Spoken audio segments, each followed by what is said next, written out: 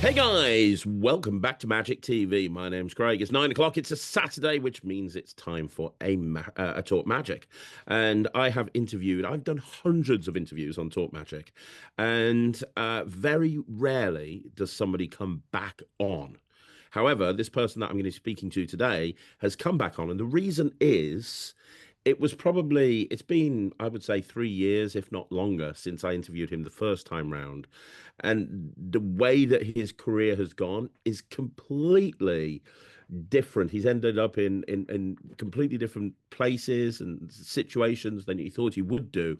And he's had so much success in so many different areas. I thought it would definitely be worthwhile bringing him on. So the person I'm speaking to today is considered one of the top performers in the whole of the UK. He is the founder and owner of some people would consider to be one of the number one, if not the number one touring illusion act in the whole of the UK. He has his own magic shop, stroke production company, which we'll talk about at some point down the line. He's the go-to guy when it comes to creating show posters. He's an artist, he's a musician, he's a creative like genius. He's very annoying because he's good at everything. And I watch him perform and it pisses me off. I wish I could be that good. And also, what's even more annoying is he's a super nice guy as well. He's one of the nicest people you'll ever meet, and he'll help anybody. We're going to talk about him now. He is Mr. Matrix himself, the one and only Alex Jesson. How you doing, Alex? You okay? I'm good. Mr. Matrix. I might change the name. You should do, man. You should do. That's your new stage name. I'm good, But buddy. I'm good. everything I said is true, man. I mean, you are killing it. You're absolutely killing it. I'm filming this off the back of seeing you a couple of days ago at a theater near me. You just popped up on an ad, and I was like, "Yeah, I'm gonna go and watch that." And I went and watched it with my whole family. The place was packed. Everybody loved it. Everyone was raving about it on the way out. There were magicians in the audience that I spoke to that were saying how amazing it was. Lay people were saying how amazing it was. And that's just like one thing that you're doing so much. And the show was phenomenal, but the show that you do is one small part of what you do. Mm. Dude, you're killing it. People say that I'm busy. People say that I'm busy and I do a lot. I mean, they obviously don't. And most sensible illusion acts that I know of, most sensible performers that tour the UK like you do, they live somewhere in the Midlands. But no, you live in the arse end of nowhere. So in order to get anywhere, you've got to travel like 55 hours just to get to a venue. I mean, I'm in Norfolk tomorrow, and I'm in Cornwall at the moment. I'm in Norfolk. That's like 7 hours away from here. Tomorrow, and I'm generally being serious. So yeah, it's hard. I love coming back to the country. I love Cornwall. It's been my yeah, but it's not great when you're trying to shift all this kit and yeah, tour all over the place. And yeah, when they say, "Oh, we're going to send a truck," thinking it's like London, Midlands, whatever. And yeah, no, Cornwall, and they go, "What?" So yeah, I'm used to it now, but it's all good, man. It's all good. well, I will tell you, like, I asked you at Blackpool, you were at the Blackpool Magic Convention. I asked you if I could interview you again because you've had a lot going on in your life recently. You've gone in a completely different direction in terms of what you're doing. Mm. And I want to get to all of that. But for anybody who watched the first, and if you haven't seen the first interview I did with Alex, please go and watch it because Alex talks about his journey into magic. He talked about growing up on a holiday park, forming an illusion act with his sister. There was a lot of insights into how to actually get a career, a sustainable career as a stage performer. Because although you do close up, you know, 95% of what you do is stage magic, and you don't see that very often these days. And the interview that you did was a blueprint in how to be successful as a stage magician. And we did the interview, and it went live shortly after you did the audition for Britain's Got Talent. And for me, if I think about all the auditions that have ever happened in Britain's Got Talent, yours was one of the most iconic because you've got that incredible moment with the quick change where you've got the Simon Cowell look-alike. It went viral. Everybody was talking about that audition. It was amazing. I remember it very well because it was on the same year that Ryland was on Britain's Got Talent. So You know, you were we were talking at the same time because Rye was in Guy's warehouse having stuff built. You were building stuff in Guy's warehouse. It was all very manic. Um, but we spoke literally just after the audition. Mm. And then things have changed and gone on in so many different directions. So let's pick it up from that point because I remember saying to you at the end, "What would you like to see happen?" And you were like, "We'll see what." I bet you couldn't have guessed in a million years you'd be where you are now, and it's Well, all very, yeah. very positive, right? Oh, well, do you know the next TV show we did after that was Wembley. Wembley. I couldn't have sat there and told you we were going to play Wembley. That's So insane. yeah, it's just I had no idea. And the same as you know, when you're going into something like that, you have no idea which way it will turn, what will happen, and you just gotta kind of, and have I made the right decision? Have we done this? Have we chucked everything we have made? You know, everything I've put my whole life into. Have I just chucked this away? You don't know until that first episode lands, and until that happened, I had no idea. So yeah, we did Wembley straight off the back of that, for Well, ITV. I want to, I want to talk about all the stuff that you've done since Britain's Got Talent, but Mhm. and I want to, and it's all positive, and I want to talk about all the positive stuff you've done. Very quickly, you got through to the audition, you got through to the semi-finals, Mhm. which was amazing because there's a lot of acts that never make it through to the semi-finals. You got through to the semi-finals, you got four yeses, you know, it was riding high, and you did the semi-finals, and I think the act was amazing. And I know it's done lots of good stuff for you, and we're going to talk about that. And I love the fact, if people haven't seen it, you basically, it was this whole music themed act where you were making girls appear with guitars. The Simon Cowell lookalike came back into it, which was really cool. You had the finale, which for me was such an iconic moment. It was a production of a full-size drum kit with you playing the drums, and that's what I loved about it because I know you're a musician as well Mm. as a magician. I know you love the drums, so bringing all that into the act and having the and I know that you were literally working through the night before at Guy's Warehouse because I remember Mm. speaking to Ross Stevens and he's like. Yeah, Alex isn't going to sleep. Half the Illusions aren't built, and he's got his entire team in Guy's warehouse. They're all painted. The dancers were painting. I've got pictures. We'll bring up a picture if we can of the that we literally the whole we were working like I had a crew in there till 5 a.m., 6 a.m. trying to turn that stuff around. It was just honestly the most craziest. And then we were rehearsing on Guy's cobbled yard. Like there's I don't know if we can show some of it, but there's literally like you've got cobbles, not cobbles, sorry, like stones, and we're rehearsing on that to try and like, and then the next 48 hours we would be straight in. It was the most yeah, it was stressful to say the least. I can imagine. And then you did the audition. I loved it. Sorry, the semi final. I loved it. You got some negative comments from the judges, which I thought was okay. I'm going to call a spade a spade. I personally thought it was bullshit what they were saying. Yeah. You know, I know that you're too nice a guy to say that, so I'll say it. They were full of shit. As far as I'm concerned, like because it was phenomenal. Were you like it? You didn't get the result you wanted, but were you happy with? I mean, you must have been happy with the performance. How did you feel coming out of that? Do you know what, Craig? It was a whirlwind of emotions. We had been working on that. I mean, the drum kit thing. I had been working on that for I don't know. I think we spoke about that when I was like a kid, like in teenage years.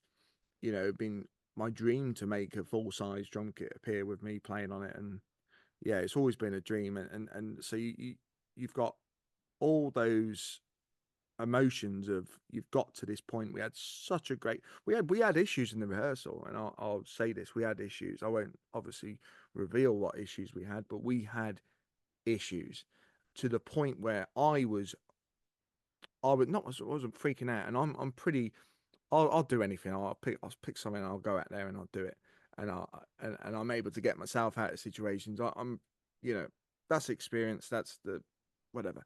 But when that final camera rehearsal, put it this way, the drum kit didn't appear, and I I could have ended up in A&E if it it was pretty. And I don't think I've ever told you this, and it was pretty. Yeah, it was pretty hair raising, and that was on the same day. So we had that, and then they were like, "We got no time to go again." And I remember Russ going, "We need to go again," and they're like, "We can't," and they were like, "We need to go again." So luckily we ran it again because, as you know, when stuff doesn't go right and if you ain't got another run, you've got that in your head. So thank goodness we ran again. We ran again and it went smooth. So I was like, okay, we got this. This is okay.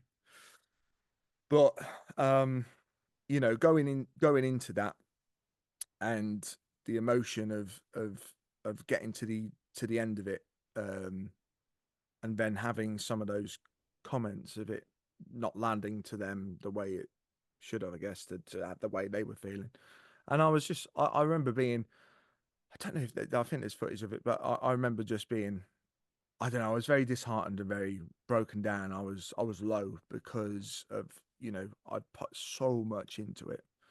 So to the way I feel now, coming away from that moment to the way I felt then, I do feel like when you watch it, and I have people come up to me going, "You appeared that the real drum kit," and I'm like, "Yeah, but that's all they just remember that moment," and I'm like, "Well, do you know what? Regardless of what those judges said, that right there, you know what I mean? That's what you got to take away from it, and you know." It is one of those things that it never had been done on, and we did it. I've got to be proud of my team. It's incredible. My team work so, like, I love them to bits. They work so hard. And what people don't, I don't know if you knew, but in that first interview, people said, "Oh, you could have sat up." Or I remember people saying that to me, and no one knew. I think I told you what was going on, but my leg, um, I nearly lost my leg to add into all What? this. I know. I don't know if I told you, but I was on. So my leg, I know this is crazy, and I'm spilling all the beans now. This is what This is what this interview is about. But basically, I had varicose veins in my leg. It turned into like a. I won't go into the gory details, but it nearly turned into a blood clot. They thought it was a blood clot, but then it wasn't. It turned into something else. Turned into a cyst, into a boil, and then my leg had a massive lump like this. So in that interview, I've got my leg up because I'm in absolute pain, honestly, and I had this massive boil, right? Named her Susan. Sorry, shouldn't have said that. Love you, Susan. Um, Massive boil, and then it popped, and then I had a hole.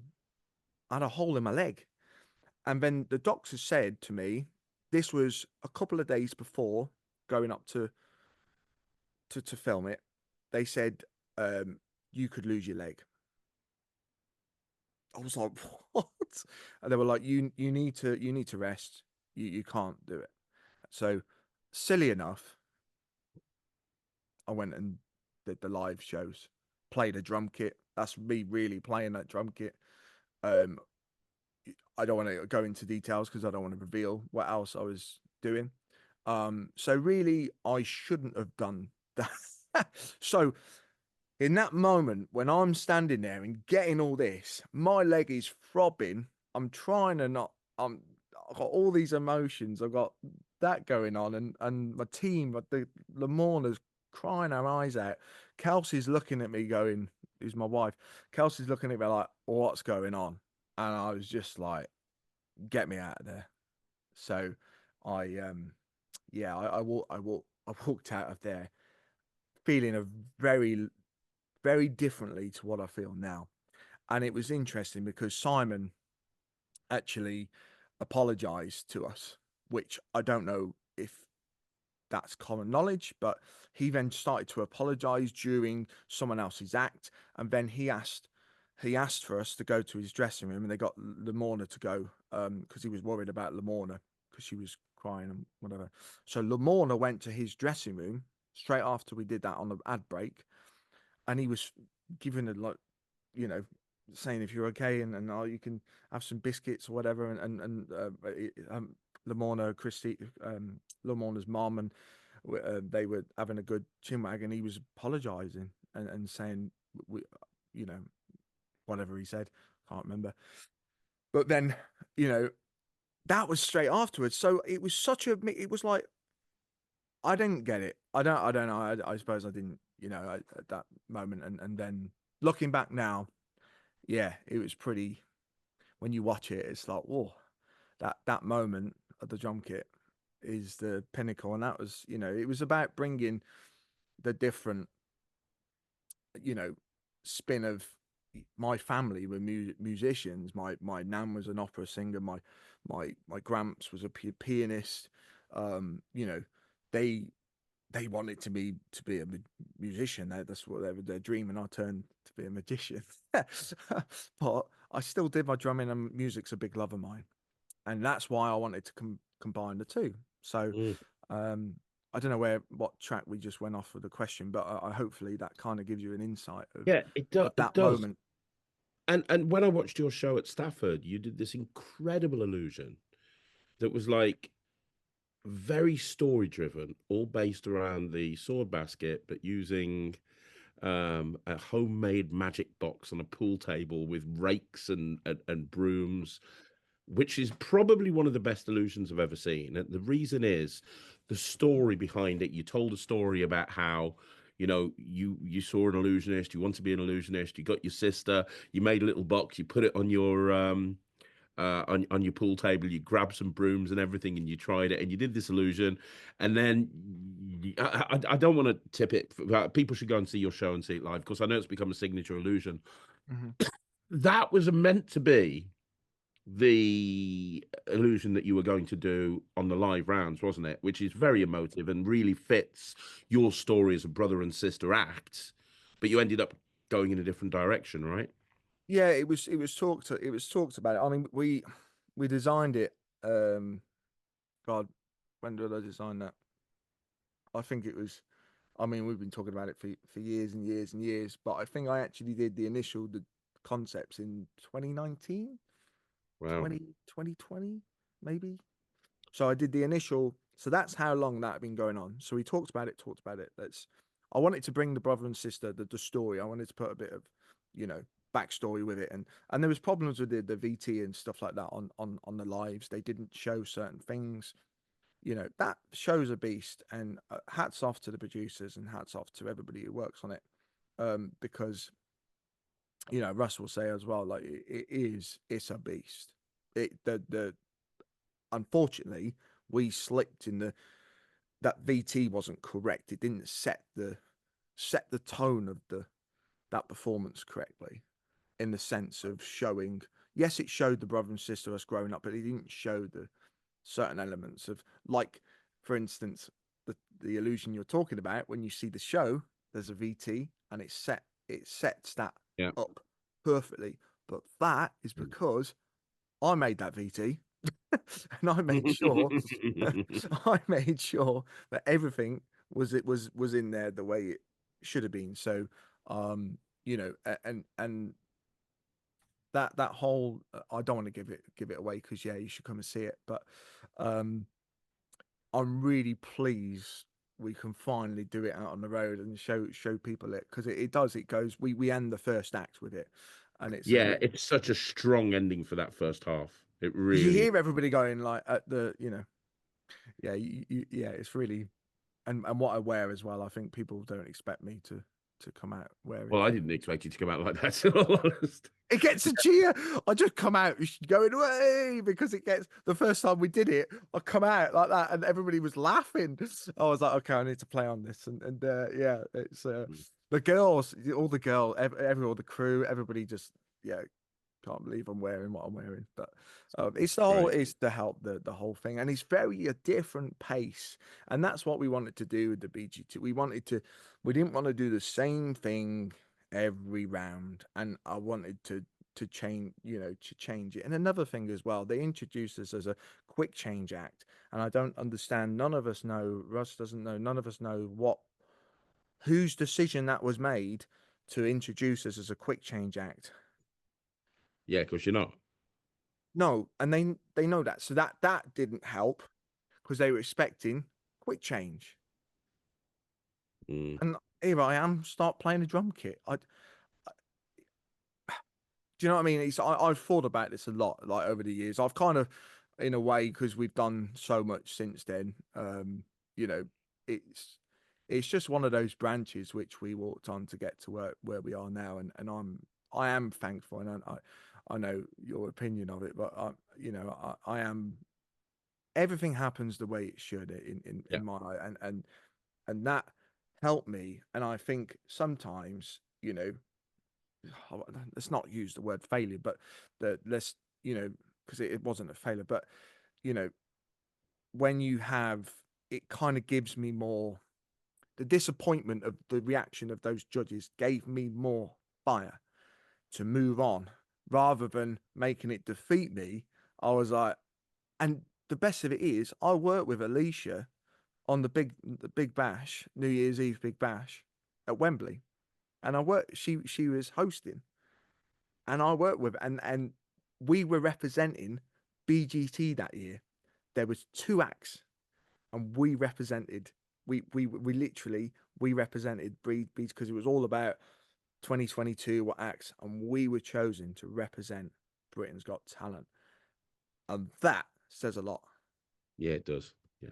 And I spoke to Alicia backstage, and she was, yeah, she loves, like, she was lovely, she was great, and she was saying negative things, but then, yeah, I don't know, it's one of these things, and Mad. but yeah. Well, I've got one last question because I want to move on. And the final question I've got in this is um, coming out of BGT, your legs screwed, you're feeling pretty crappy about the whole situation. You just mentioned right there, you've gone on to do so many bigger and better things, and BGT was the door that Mhm. opened up in order to make those happen. Were Mhm. you coming out of it and thinking, shit, that's it? Because I've done that. I've gone into. I remember when I first wanted to break into holiday parks, and I remember being given my very first shot. I went out and I did it, and I screwed it big time. And I was like, I remember being in the van on the way home, going, "That's it. I've took my big shot. I've fucked it. I'm never going to be able to get on the holiday park circuit again." And luckily that didn't happen, and it went in a different direction. But I think sometimes as performers, especially, we can dwell on the negative. I know I do that. I can have 1,000 positive things happen and one negative thing. I'll forget about the 1,000 positive things and I'll just dwell on the negative. Mhm. What was your attitude coming out of BGT? Was it, or was it, no, you know what? This is not going to define us.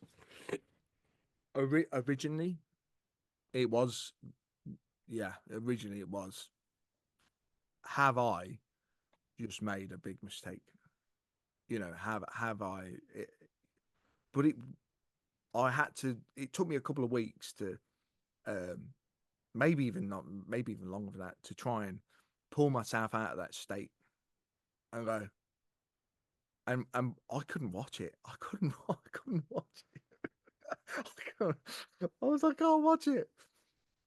But then when I could watch it, and then I started to use it on all the promos, it kind of like, what? Why am I being so silly? That looked awesome, and it did. It looked great, and I was like, right, let's go. And then we got offered every Got Talent you could imagine. I can't even tell you how many Got Talents we got offered straight off the back of that, and that kind of, and then when we got Wembley, that kind of, I was like, okay, let's go, and Yeah.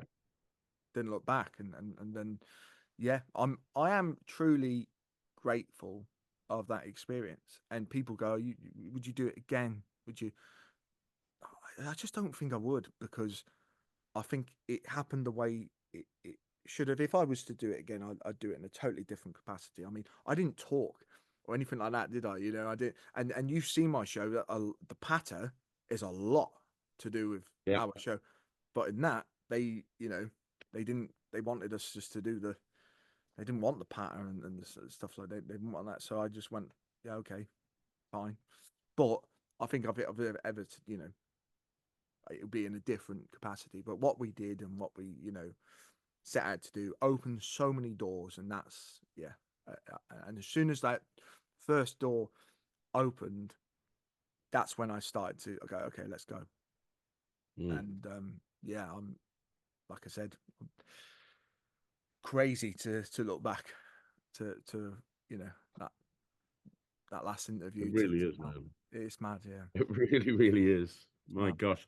So let's talk about some of the things that you went on to do. Mhm. Like doors have opened and then some. You've done a ton of television since that, Mm. and literally toured the UK. Like, tell me just from a performing point of view. We'll get to Trick later on, but just from a performing point of view, what doors has it opened? What have you been able to do that you weren't doing before?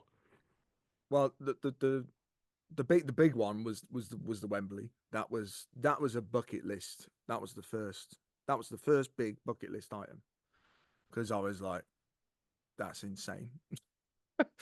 And then because we were like headlining with when I say headlining, so we were, I wouldn't say headlining, that's the wrong word. Um they were headlining, Westlife were headlining, we were just before them. And I remember taking a picture of that list going, that's pretty crazy. You know, you got Westlife, Adam Lambert. That was the first big turning point. And then from there, I'm just trying to think. We obviously then launched theatre shows, and we then started touring the UK with the theatre shows, with the variety shows, and then we launched. Then I started to work on Reimagined as well in 2023. I started to work on Reimagined. I think 20 early, yeah, I would say 2020. So then those opportunities, doors, because then we could do the theatres and stuff a bit. We've been doing theatres, but just not, you know, so that was pretty cool. And then we got offered to do, like I said, loads of Got Talents. The thing is, with our act, they wanted the Human Quick Change. Human Quick Change uses 16 people to 18 people. That's a lot of people to try and fly and ship all the equipment and so forth. So there was so many, you know, I got asked to do the full Monty as well. For yeah, don't worry, I wasn't stripping. Um, we got asked to do the TV show, but commitments, we couldn't do it with Ashley Banjo and that came up straight off the back of that. There was so many opportunities we couldn't do because of just engagements, and it went crazy. And then we did Disney Plus over in Italy, so we flew the whole gang over to Italy and did that, that was an experience and a half.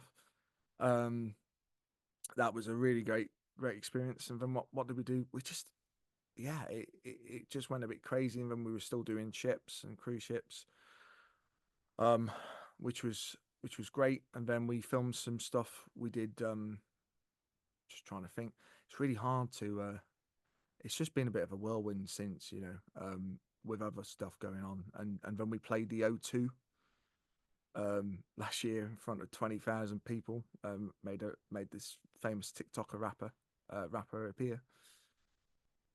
Crazy. Um, that was a moment to honestly. Well, it's just, we're standing on this stage with all these lights and the O2, and it was just yeah. So that is all from BGT, you know, and then we filmed something for which is um I'm gonna uh, release it soon. To be honest, for CBeebies, if I can get my words out. So we've done some stuff for CBeebies, for BBC, and then what else have we done? We did some stuff for Channel. Was it Channel 5?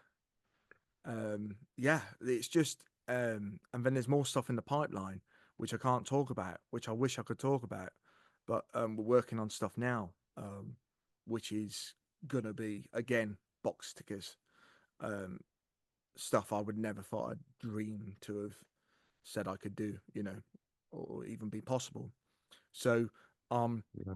it hasn't slowed down, which I thought it would slow down. When people, like, I've spoke to people in the past, they have that minute of, okay, we've done BGT, and then it, kind of it hasn't done that. We keep these doors keep opening, and you've got to be careful which door you go through, obviously. But you know, yeah, it's been pretty, yeah, pretty cool. But I reckon out of doing Wembley and the O2 was the most craziest Well, let's thing get I've real. Like, you could be a magician and spend your entire life performing and not go on the O2, or not go on the O2 or Wembley. To do both of them, wow. insane, insane, and I am so thankful for, yeah, for that show.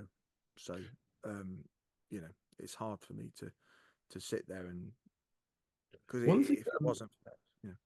One thing that amazed me, Alex, watching you at BGT and then watching you at your show last week, is the scale of it, not just in terms of the kit, not just in terms of the illusions, because as somebody who does an illusion show and has a warehouse full of crap, I know how much square footage stuff takes. I get it.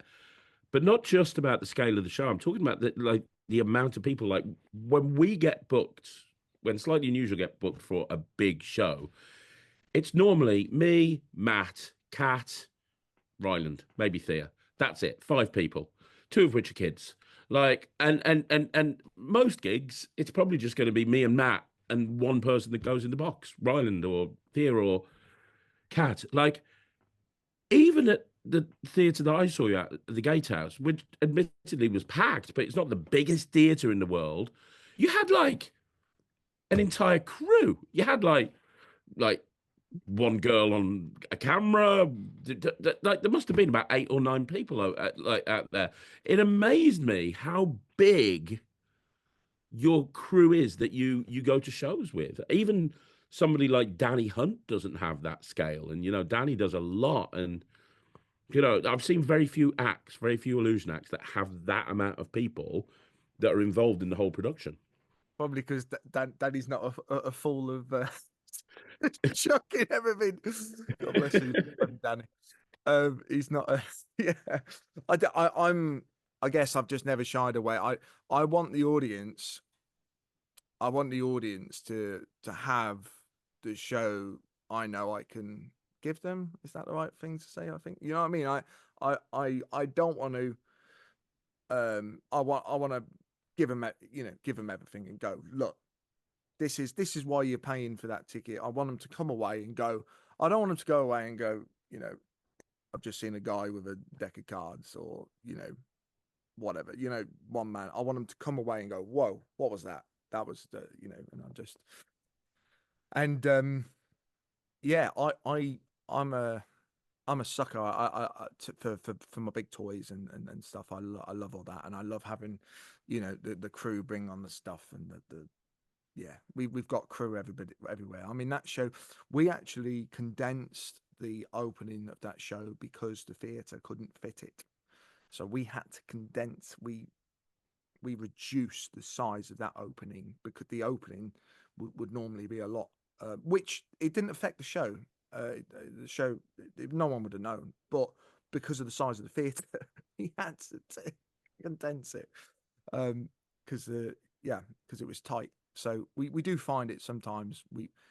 I might put a bit too much in it for the size of the places we go, but we just you turn up to these places, don't you, as you know, and you just get on with it and just try and give them the best shows you can, and that's what we try and do, and that's why I love the scale the way it is, because when you see people, and when the spiker comes on at the end, you see you hear the gasps, and you go, whoa, that's it's huge, especially when you sit in the front and you see that, and they don't expect it, especially at the gatehouse.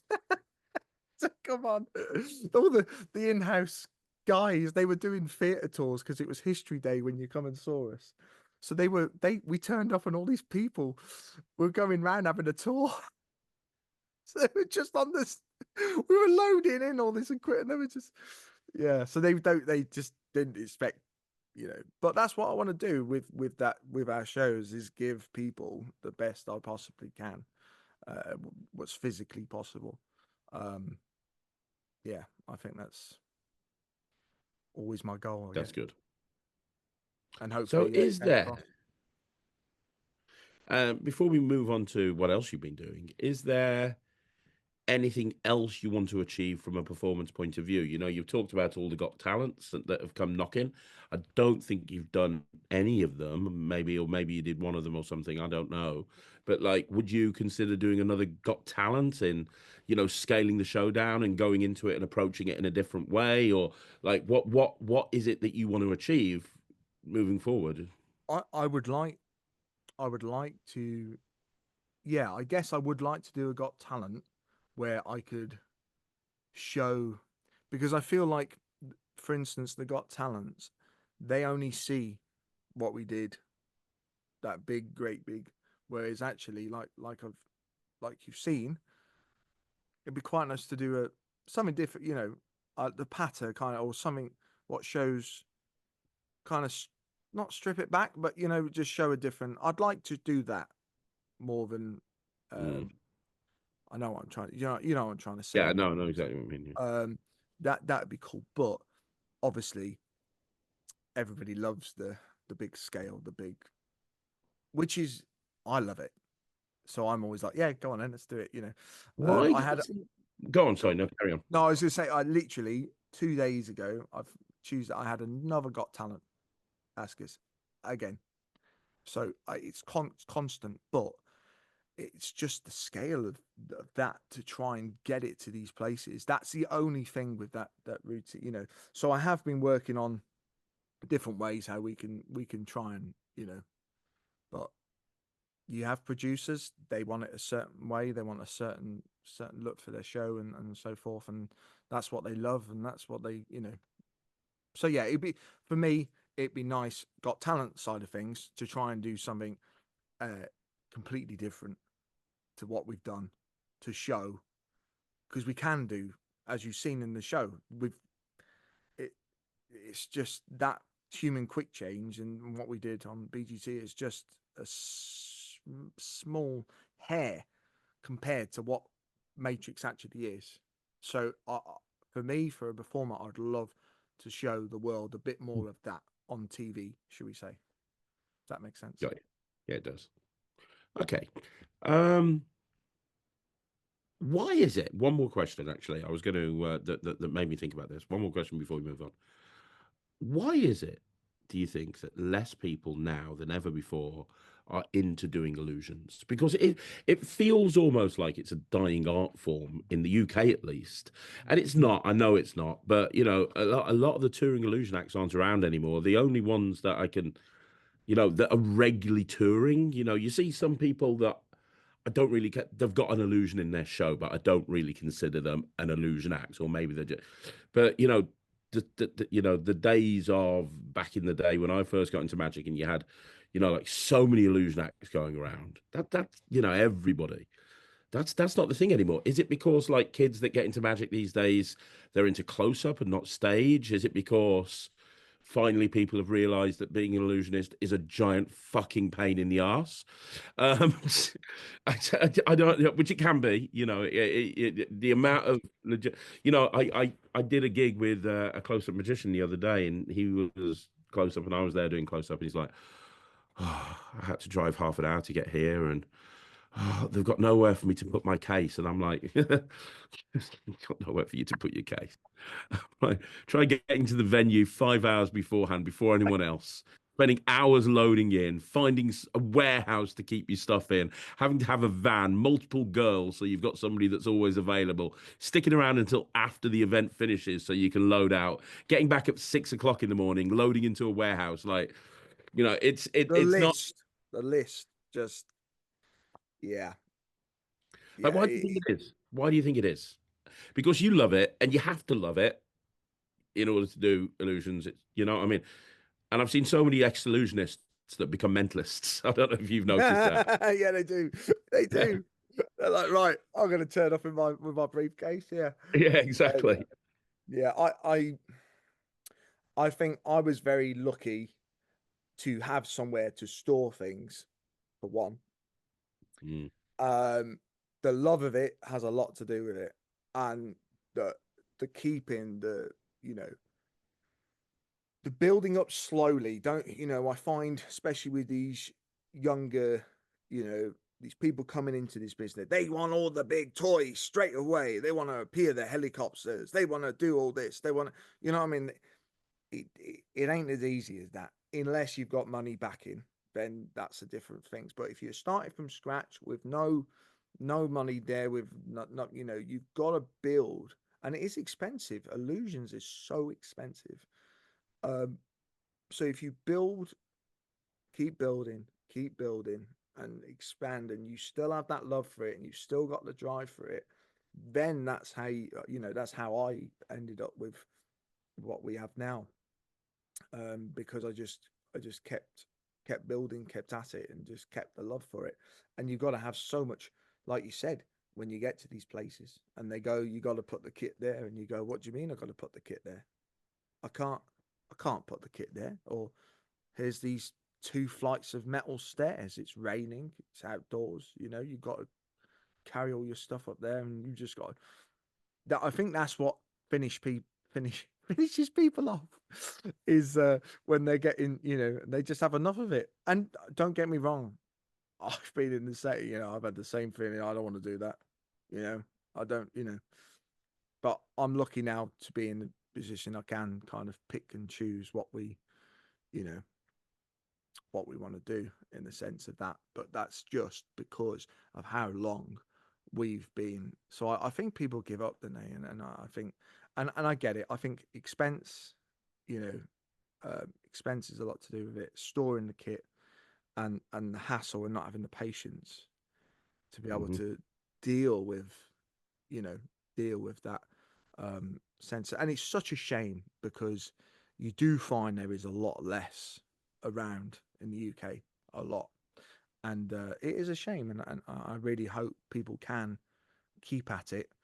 And I wish there was more because I don't want it to die in that sense in the UK, obviously.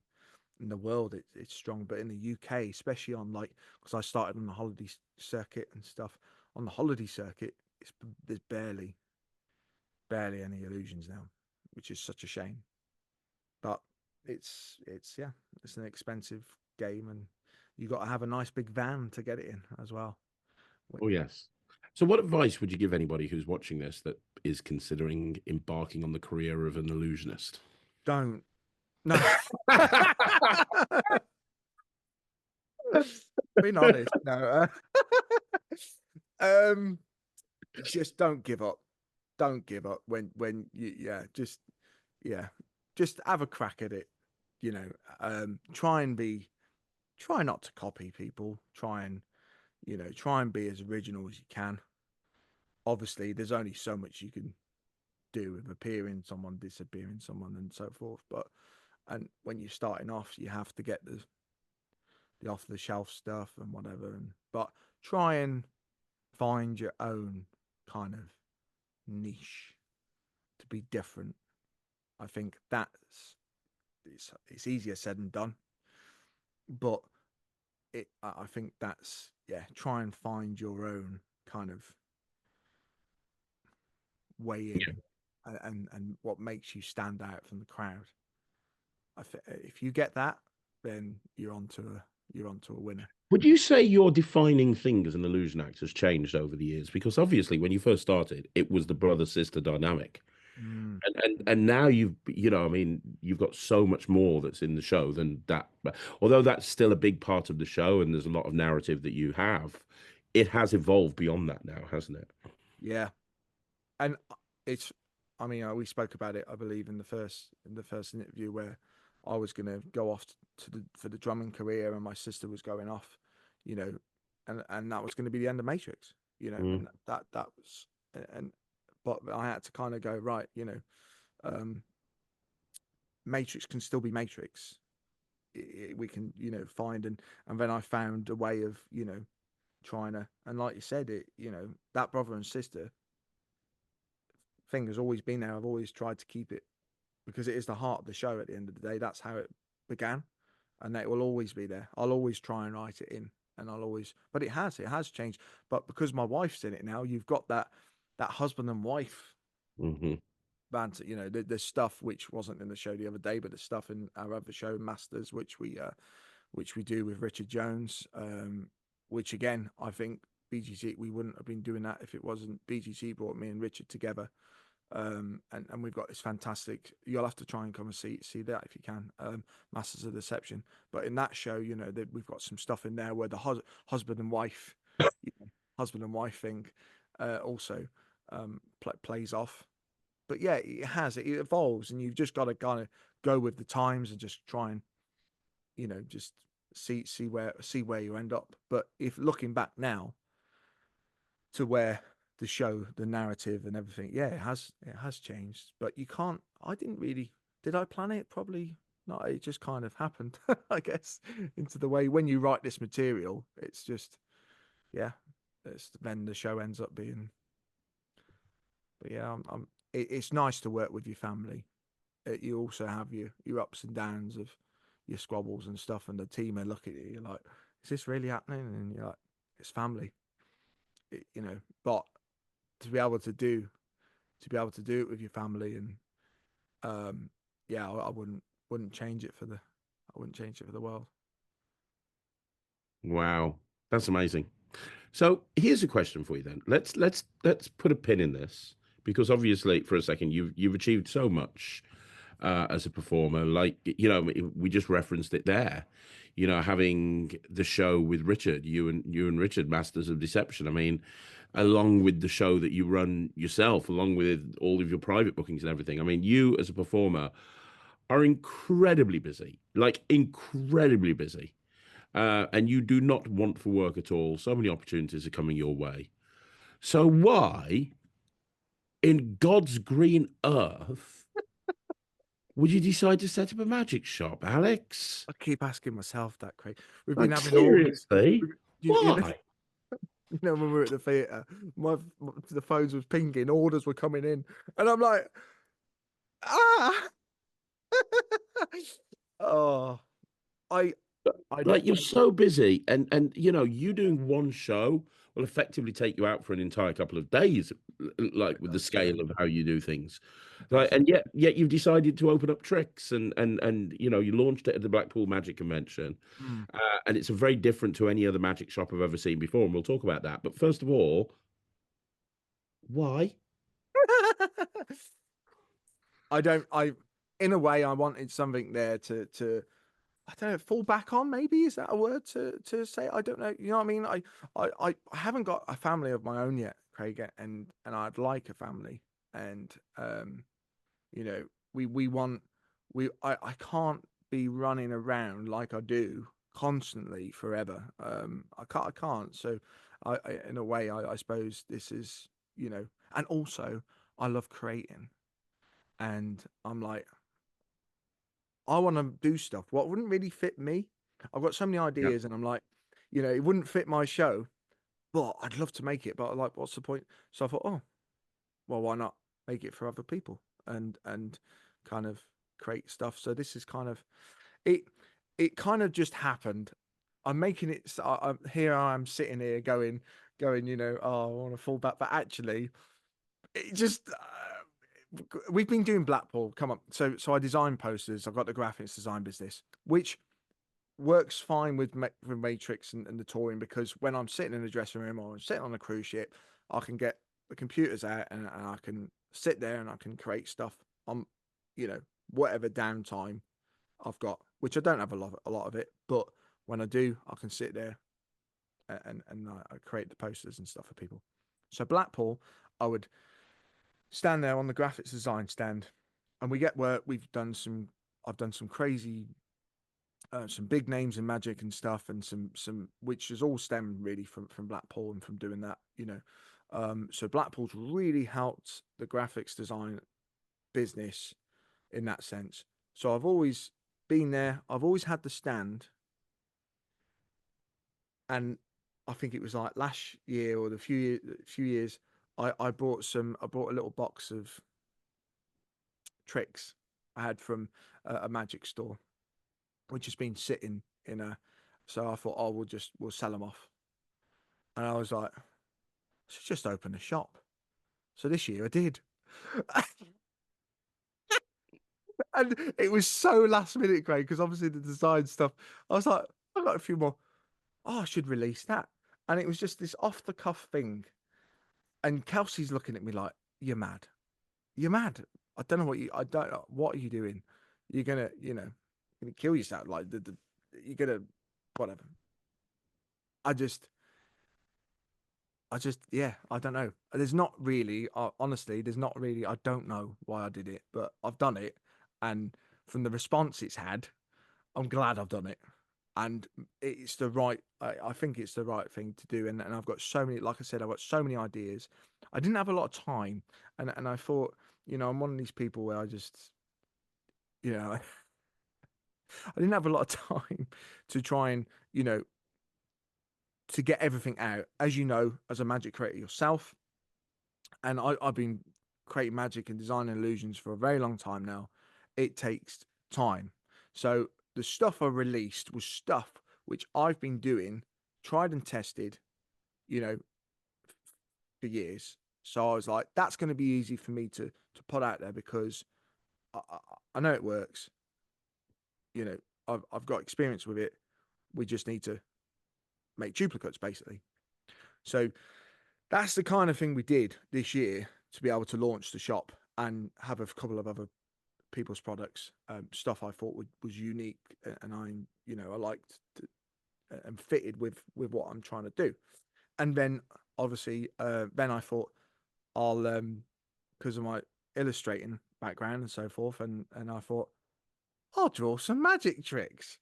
So I sat there, I drawn a couple of magic tricks, and then I put them. I had some borders and some frames, and I put them. I thought, right, let's see what this looks like. And I was like, yeah, let's sell them. So then I then made my Kelsey was going mad. She was going mad because I was doing artwork and I kept drawing and I kept drawing, and she was like, you need to do, and I was just like, I've got this idea, and then I put it onto coasters, magnets, mugs, and then all of a sudden I've got this massive now range in a separate part to this magic shop, completely different. What I just, and then you don't get that at Blackpool. I've never seen that at Blackpool. So I was like, I think this could work. I don't, correct me if I'm wrong. I've never seen it. No, it's great. It's absolutely phenomenal. And then it just kind Yeah. of, yeah, created into this now new beast, which when I'm on the road, which have been in the past couple of weeks, I'm having orders come through and I'm like, why have I done this? But it's not just the art. I mean, the artwork is amazing.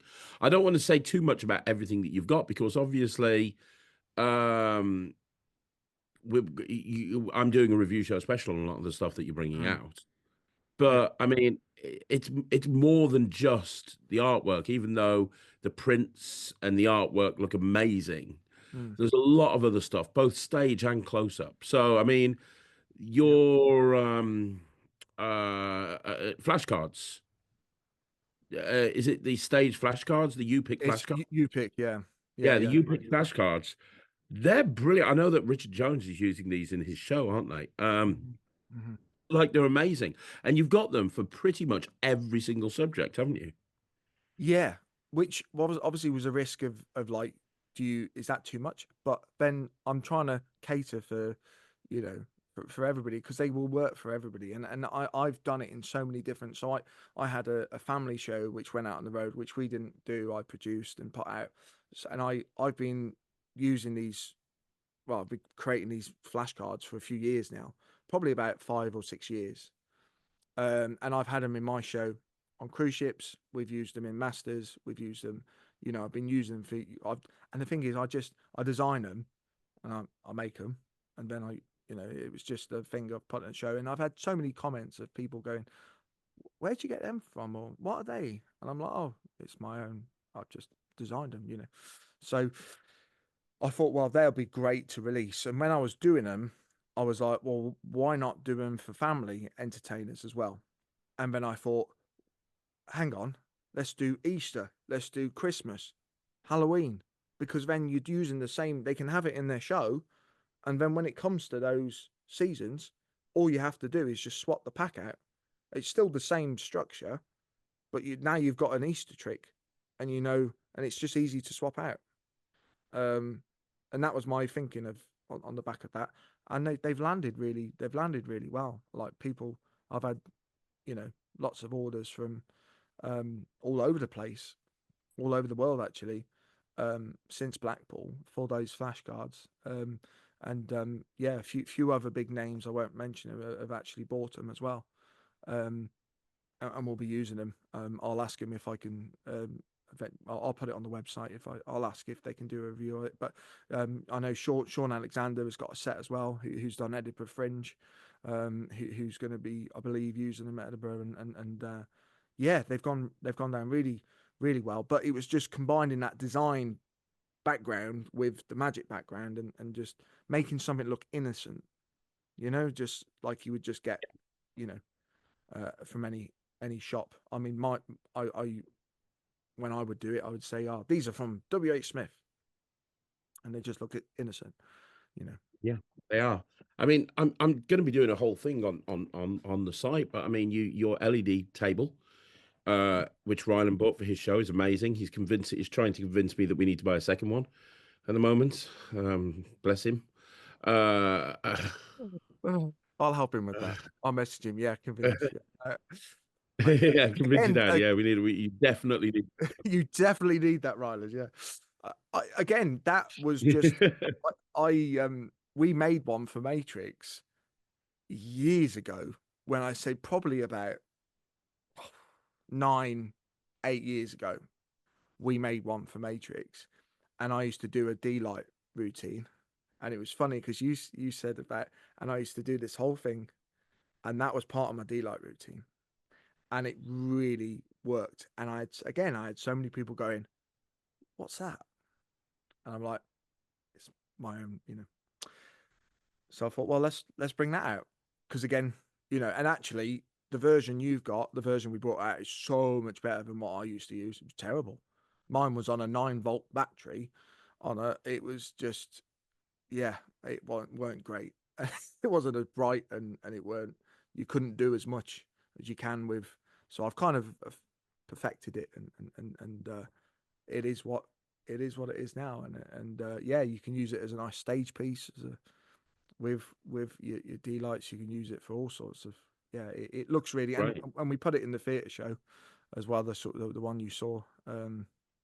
You did. I saw it in there. The hat in the pad was on there as well, which looked brilliant. That's another thing that Ryland's trying to convince me to buy. It looked amazing. I personally think it's better than Bowlerama. I mean, shoot me if you want. I think that the hat looks more impressive than a bowling ball, and also makes more sense in a magic show, to be perfectly honest. Especially as you then pull out the wand, and it's really good. Well, I know you're going to do a review show, but whilst we're speaking about it, so we did this thing for CBBS, which has just been released. So that was written for, it was a whole thing of, they were artists and they wanted the picture to come alive, but they were like, what for the kids? A magician is wearing a hat, a cape, a wand. That's so. Well, and I was like, well, let's make the hat appear. So that kind of came from when we were writing that thing for that show. So we did that. I was like, well, we'll draw the hat. The hat will come out the pad. And what was really nice about the popping, that it would pop out the page, and that's what they liked. The producers liked the whole thing of it popping out the page, not just dropping down whenever it would pop. So you get this visual of it popping, and then we're like, oh, we'll appear the ones, to them, and whatever else out the hat. And that's how that came around. And then when we were finishing off Reimagined, when I was writing, just finishing the writing for Reimagined, I had this section in the show where I wanted to get 2 kids up to become, I don't want to give too much away, but I say what makes a magician, and then what do magicians have, and you get some really cool answers. We had a cool answer the other day when you saw it. It was charisma or something like that. He said it was Yeah. really, yeah, it was really funny. But then eventually someone goes, aha, and then I go, no, a pad, and then the pad comes out, and they that gets a laugh, and they go, what? I go, look, being a magician, you can draw anything. Again, a really nice segue into what we do. Again, I don't want to give too much away, but then it's a nice segue, and then that really worked. So when we were doing the stuff for CBBS, it would, it was like, yes, this is going to really work nicely. And then I brought these prize cards out, the U-pick cards, and then we then wrote the routine where you would, with the U-pick cards, you would go, okay, kids, you can win a prize, and you go through, I mean, you get them to pick one, and you go, I'm going to draw what you're thinking of. You draw a hat, and they go, no, and you've done this big reveal of the hat, and they go, what? I go, hang on a minute, and you pull the wand out, and there is a card which has a wand on it, so people would have seen that, and you pull the wand out, and they're thinking, oh, okay, he's got it now, and they go, no, and they turn it around, it says sweets, and then you tip the hat upside down, and all the sweets fall out. That's So, great. it's turned out to be a really nice, versatile kind of thing, and I've tried to make it as different as I can, in the sense of that, with what you're doing with it. I mean, and hopefully I have done that. Yeah, you have. And then some. And I encourage everyone to go look at the website. There's so many things on there. I know one thing that Ryland, he saw you do it at the show, Sands of the Desert, which has always been one of my favorite pieces. And he's always wanted to learn it. I'm like, no, because I don't know where you can get the refills in the UK, so it's going to cost a fortune, And he proudly came up to me the other day, and he's like, I can learn it now. I'm like, why? He's like, Alex sells them on his website. I'm like, no, he doesn't. Well, if he wants help with it, yeah, it's a Yeah, great. I mean, 'cause that's what I need. Him practicing that trick in my living room. Yeah, yeah, yeah. That's a great idea.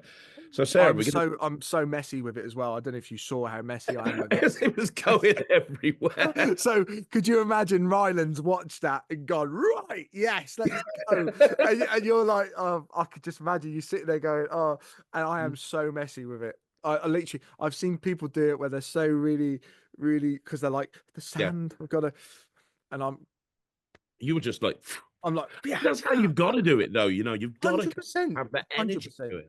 And, hats off to my friend, you may know him, Martin Gardner, Magic Martin. Yeah, He's a very close friend of mine, and he's very kindly, he helped me with that, and I'm, hats off to him. And then now we share. I shouldn't say share suppliers.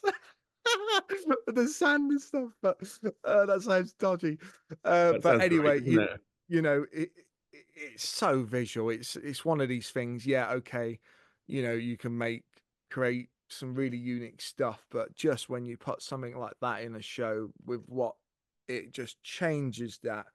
They don't expect it, and with the music and the lights, and they're just, it's a really nice, yeah. It's I encourage people to, if you can. It's just messy, and obviously you've got the expense of the refills, but you can get untricked.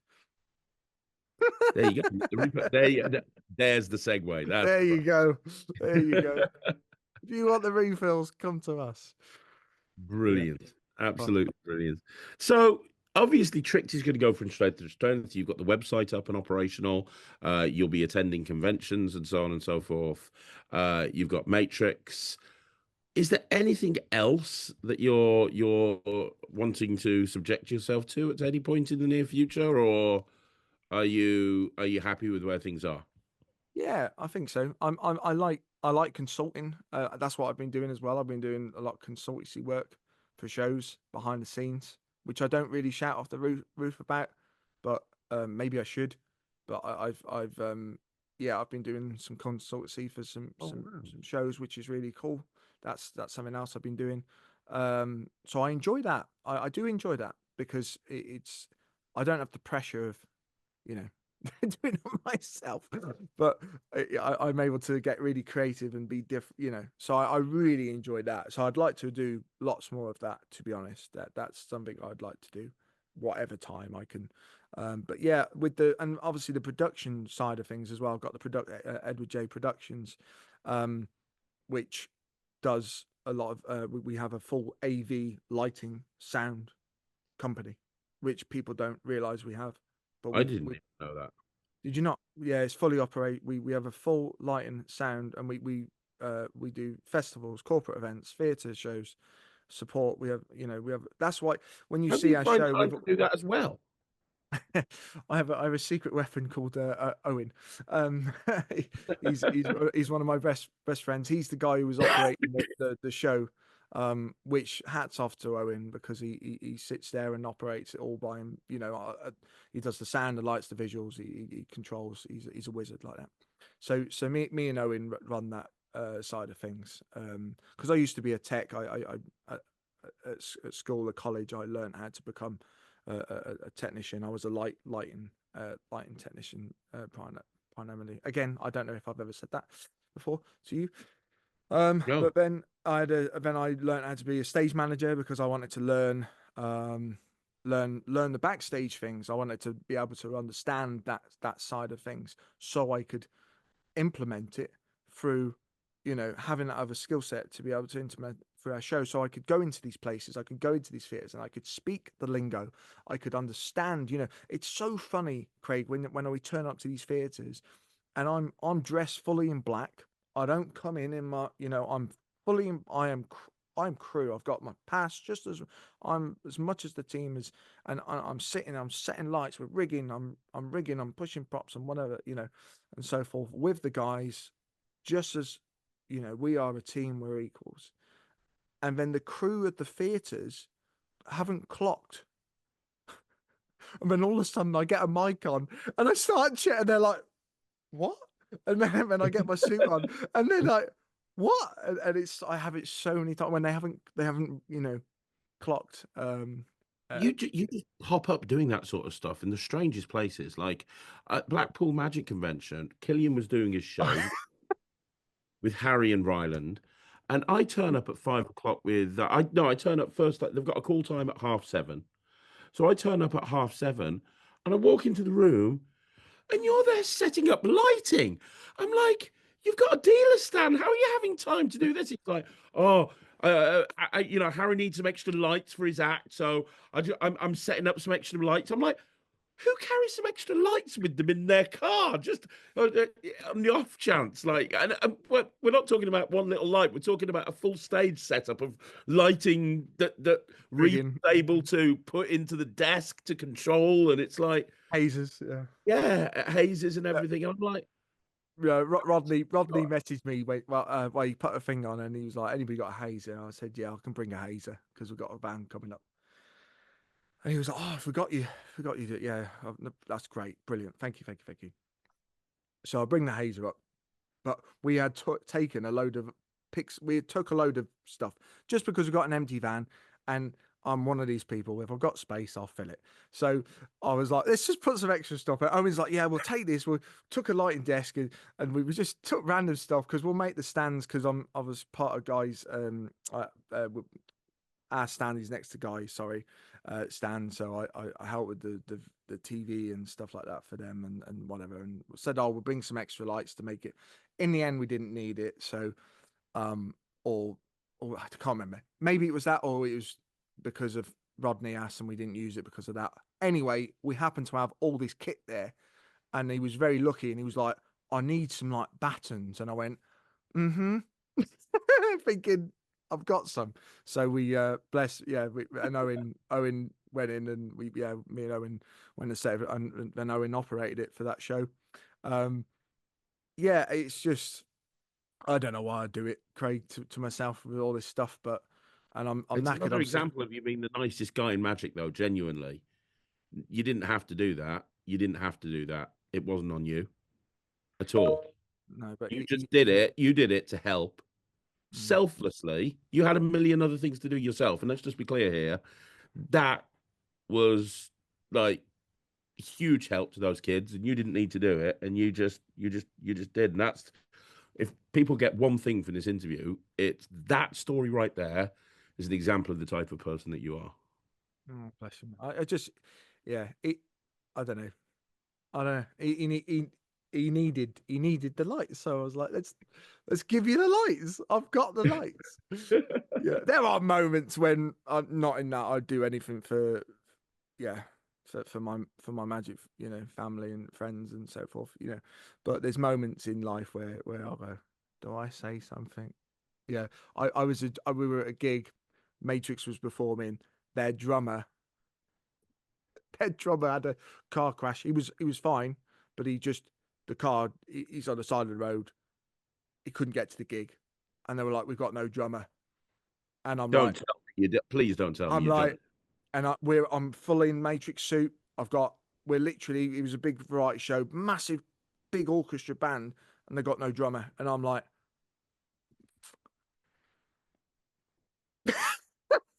and my crew are like, "What are you doing?" So they give me a shirt. They had sticks. I literally, and I jumped on this kit and I played with this orchestra at this show, and then I got off the kit, quickly put my suit back on, and did Matrix straight afterwards. I bet you were knackered. I was really knackered. Yeah, I was all, but again, it was that moment. I go, should I say something? All right, they're really, they can't go on. They got no drummer. I've got to do it. I've got to. I'm standing here. I'm like, I can do this. And they were like, what? And I was like, full on, like proper, And they were I was like, yeah, I am. Because when I said that I'm a drummer, they were like, oh yeah. And I'm like, no, no. Generally, I used to be a professional drummer. And anyway, yeah, I think in life yeah, I'm one of these people.